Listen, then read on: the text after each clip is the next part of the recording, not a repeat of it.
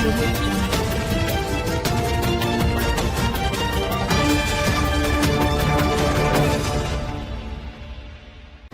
मैं प्रिया, आप देख रहे हैं आंचलिक खबरें, अपनों की खबर आप तक।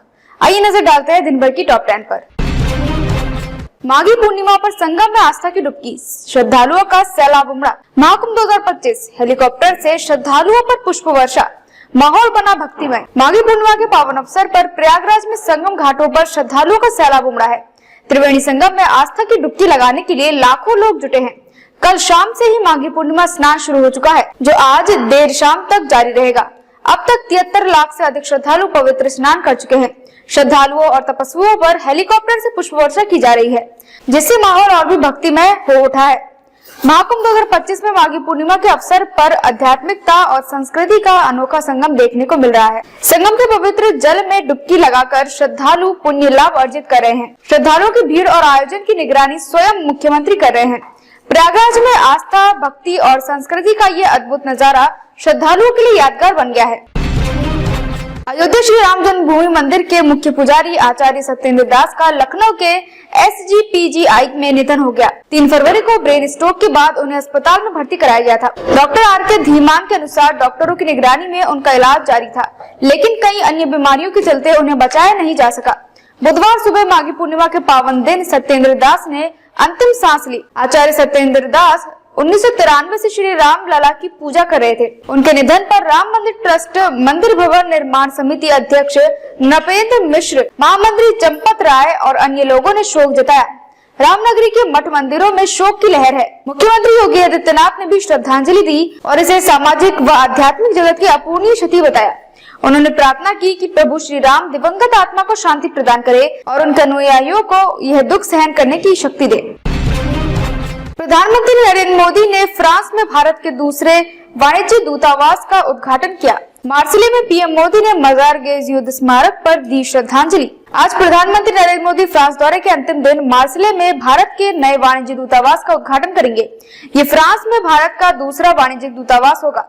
उद्घाटन के बाद पीएम मोदी मजार गेज युद्ध स्मारक पर जाकर प्रथम और द्वितीय विश्व युद्ध के शहीदों को श्रद्धांजलि अर्पित करेंगे। इसके बाद वे फ्रांस के राष्ट्रपति इमैनुअल मैक्रों के साथ अंतर्राष्ट्रीय थर्मो न्यूक्लियर एक्सपेरिमेंट रिएक्टर का दौरा करेंगे। इससे पहले पीएम मोदी ने पेरिस में AI समिट की सह अध्यक्षता की। अपने संबोधन में उन्होंने कहा कि आर्टिफिशियल इंटेलिजेंस राजनीति, अर्थव्यवस्था और समाज में बदलाव ला रहा है। इसके लिए ओपन सोर्स ग्लोबल फ्रेमवर्क जरूरी है। उन्होंने तकनीक को नौकरियां बनाने वाला कारक बताया। एक रिपोर्ट के अनुसार भारत, अमेरिका और ब्रिटेन जैसे देश में 60% कंपनियां AI परियोजनाओं पर काम कर रही हैं, जबकि जापान और जर्मनी जैसे देश में यह आंकड़ा 36% है। चैंपियंस ट्रॉफी टीम घोषित, बुमराह बाहर, हर्षित राणा को मिला मौका। वरुण चक्रवर्ती ने ली यशस्वी जायसवाल की जगह। टीम में हुए 2 बड़े बदलाव। भारतीय क्रिकेट कंट्रोल बोर्ड ने चैंपियंस ट्रॉफी के लिए अपनी फाइनल टीम का ऐलान कर दिया है। इस बार टीम में 2 बड़े बदलाव हुए हैं। चोटिल जसप्रीत बुमराह टूर्नामेंट से बाहर हो गए हैं और उनकी जगह युवा तेज गेंदबाज हर्षित राणा को टीम में शामिल किया गया है। सलामी बल्लेबाज यशस्वी जायसवाल की जगह वरुण चक्रवर्ती को टीम में मौका मिला है। बुमराह को NCA ने फिट घोषित किया था, लेकिन चयन समिति ने कप्तान रोहित शर्मा और कोच गौतम गंभीर से सलाह मशवरा कर उन्हें टीम से बाहर रखने का फैसला किया है। NCA की मेडिकल टीम को उनके पूरे टूर्नामेंट में गेंदबाजी करने की फिटनेस पर संदेह था। इसके चलते चयनकर्ताओं ने जोखिम लेने की बजाय पूरी तरह फिट हर्षित को तरजीह दी। दूसरी ओर वरुण चक्रवर्ती का चयन गंभीर की सिफारिश पर हुआ। यशस्वी, शिवम दुबे और मोहम्मद सिराज ट्रैवलिंग रिवर्स में रहेंगे। मीका सिंह का गुस्सा फूटा, इंडियाज गॉट लेटेंट में गालियों की भरमार। रणवीर इलाहाबादिया और समय रैना के शो पर मीका सिंह ने उठाया सवाल। मशहूर सिंगर मीका सिंह ने रणवीर इलाहाबादिया और समय रैना के शो इंडियाज गॉट लेटेंट को लेकर तीखी प्रतिक्रिया दी है। मीका ने सोशल मीडिया पर यह वीडियो शेयर करते हुए कहा कि उन्होंने भी ये शो देखा है, जिसमें गालियां और वाहियात बातों की भरमार है। उन्होंने कहा, शो उनके फैंस के लिए हो सकता है, लेकिन इसे सही दिशा देने की जरूरत है। मेरा गुस्सा इन युवाओं पर नहीं, बल्कि उन नामी हस्तियों पर है जो इन पॉडकास्ट में जाकर बेवजह बैठ जाते हैं। इन पर रोक लगाने वाला कोई होना चाहिए। मीका ने कहा, मुझे नोटिस मिलते हैं जब मैं या दिलजीत दोसांझ कोई शो करते हैं, लोग हमें शराब पर गाने या पब्लिक शो में कुछ खास न करने की सलाह देते हैं, लेकिन इन शोज में बकवास सालों से चल रही है, लेकिन उस पर कोई ध्यान नहीं देता। आजकल के युवाओं को लगता है कि कुछ भी कहो, गाली दो और कोई सवाल नहीं करेगा। दिल्ली परिवहन विभाग के 6 अधिकारी रिश्वतखोरी के आरोप में गिरफ्तार।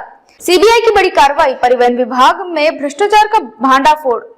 सीबीआई ने बुधवार को दिल्ली परिवहन विभाग के 6 अधिकारियों को भ्रष्टाचार और रिश्वतखोरी के आरोप में गिरफ्तार किया। अधिकारियों के अनुसार ये कार्रवाई राजधानी में हाल ही में हुए चुनाव में आम आदमी पार्टी की हार के बाद की गई पहली बड़ी कार्रवाई है।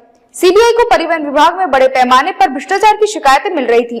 इन शिकायतों की गंभीरता को देखते हुए एजेंसी ने उनकी निगरानी और सत्यापन का फैसला किया। जांच के दौरान विभिन्न स्तरों पर भ्रष्टाचार के स्पष्ट संकेत मिले।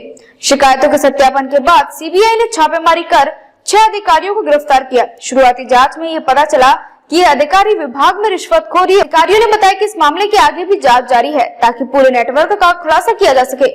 सीबीआई ने भ्रष्टाचार के खिलाफ कड़ी कार्रवाई का संकेत दिया है, जो आगे भी जारी रहने की संभावना है। इसकी डिलीवरी में तेजी, जल्द वायुसेना को सौंपा जाएगा विमान HAL। तकनीकी दिक्कतें दूर, डिलीवरी तैयार। HAL का वायुसेना को आश्वासन। हल्के लड़ाकू विमान तेजस के निर्माण में देरी को लेकर हिंदुस्तान एयरोनॉटिक्स लिमिटेड ने आश्वासन दिया है कि भारतीय वायुसेना को जल्दी विमान की आपूर्ति शुरू होगी। HAL के अध्यक्ष और प्रबंध निदेशक DK सुनील ने मंगलवार को एरो इंडिया 2025 में बताया कि तकनीकी दिक्कतों को अब सुलझा लिया गया है। सुनील ने कहा कि ये देरी केवल उद्योग की सुस्ती के कारण नहीं थी, कुछ तकनीकी समस्याएं थी जिन पर बैठकें कर समाधान निकाल लिया गया है। वायुसेना प्रमुख की चिंता समझ में आती है। एक टीम के रूप में हम सभी डिलीवरी पर केंद्रित हैं। उन्होंने भरोसा दिलाया कि इंजन की उपलब्धता के बाद विमान की डिलीवरी जल्द शुरू कर दी जाएगी। सुनील की प्रतिक्रिया ऐसे समय में आई है जब वायुसेना प्रमुख एयर मार्शल AP सिंह की तेजस की डिलीवरी में देरी को लेकर चिंता व्यक्त करने के खबरें सामने आई थी। एक इंजेक्शन, पूरा महीना ब्लड प्रेशर रहेगा नियंत्रित। वह नहीं, अब हाई BP मरीजों को मिलेगा जीन थेरेपी का फायदा। अब हाई ब्लड प्रेशर के मरीजों को रोज दवा खाने की जरूरत नहीं पड़ेगी। एक ऐसा इंजेक्शन तैयार किया गया है जो महीने भर तक ब्लड प्रेशर को नियंत्रित रखेगा। ये इंजेक्शन ब्लड प्रेशर बढ़ाने वाले जीन को निष्क्रिय कर देता है। ट्रायल के दूसरे फेज में ये इंजेक्शन 25 मरीजों पर सफल रहा है। Senior cardiologist doctor Avdhesh Kumar के अनुसार दूसरे चरण में 1500 मरीजों को शामिल किया गया है। महीने तक चले परीक्षण में 40 से 60 वर्ष के उन मरीजों को लिया गया इनका BP दवाओं के बावजूद 140/90 से कम नहीं होता था। इंजेक्शन के बाद इनका ब्लड प्रेशर 120/80 पर आ गया। दवा एडिनो वायरस के जरिए S जीन को निष्क्रिय करती है।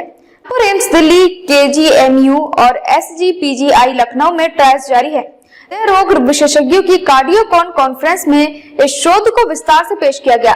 विशेषज्ञों का मानना है कि यह इंजेक्शन भविष्य में ब्लड प्रेशर के इलाज में बड़ा बदलाव ला सकता है। दिल्ली में मोहल्ला क्लीनिंग के जगह आएंगे आयुष्मान आरोग्य मंदिर। भाजपा संकट, भाजपा सरकार के गठन के साथ केंद्र की योजनाएं लागू करने की तैयारी। दिल्ली में प्राथमिक स्वास्थ्य सेवाओं में बड़ा बदलाव होने की संभावना है। आम आदमी मोहल्ला क्लीनिक की जगह जल्द ही आयुष्मान आरोग्य मंदिर नजर आ सकते हैं। भाजपा सरकार ने दिल्ली में 1000 से अधिक आरोग्य मंदिर बनाने का वादा किया है। भाजपा के 48 सीटों के साथ सत्ता में आने के बाद अब केंद्र की प्रधानमंत्री जन आरोग्य योजना और प्रधानमंत्री आयुष्मान भारत स्वास्थ्य अवसंरचना मिशन को लागू किया जा सकेगा।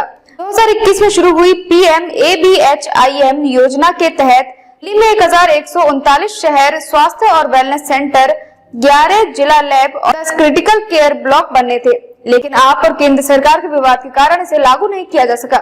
नई सरकार बनने के बाद 72 लाख लोगों को इस योजना का लाभ मिल सकता है। इसके साथ ही दिल्ली सरकार का लोगो भी बदल सकता है।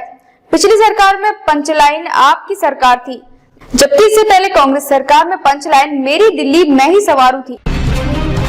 प्रशासन का बड़ा फैसला, विदेशी रिश्वतरोधी कानून पर लगी रोक।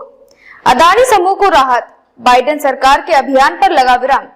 अमेरिकी व्यापार जगत के लिए बड़ी खबर, डोनाल्ड ट्रंप ने विदेशी भ्रष्ट आचरण अधिनियम पर रोक लगा दी है। ये कानून अमेरिकी कंपनियों को विदेशों में व्यापार के लिए रिश्वत देने से रोकता था। ट्रंप ने इसे अव्यवहारिक बताते हुए कहा कि ये व्यापारिक गतिविधियों में बाधा डालता है। खास बात यह है कि बाइडेन सरकार ने इसी कानून के तहत अदानी समूह पर भारत में सौर ऊर्जा ठेके के लिए भारतीय अधिकारियों को $25 करोड़ की रिश्वत देने का आरोप लगाया था, जिसे समूह ने खारिज कर दिया था। व्हाइट हाउस के अनुसार FCPA अमेरिकी कंपनियों के विकास और सुरक्षा के लिए नुकसानदायक था। ट्रंप प्रशासन व्यापारिक बाधाओं को हटाने के पक्ष में है। इस फैसले के बाद अदानी समूह के शेयरों में तेजी आई। 6 अमेरिकी सांसदों ने इस कानून की आलोचना करते हुए कहा था कि इससे भारत जैसे अहम सहयोगी देशों के साथ रिश्ते खराब हो सकते थे। अब तक के लिए बस इतना ही। देखते रहिए आंचलिक खबरें, अपनों की खबर आप तक।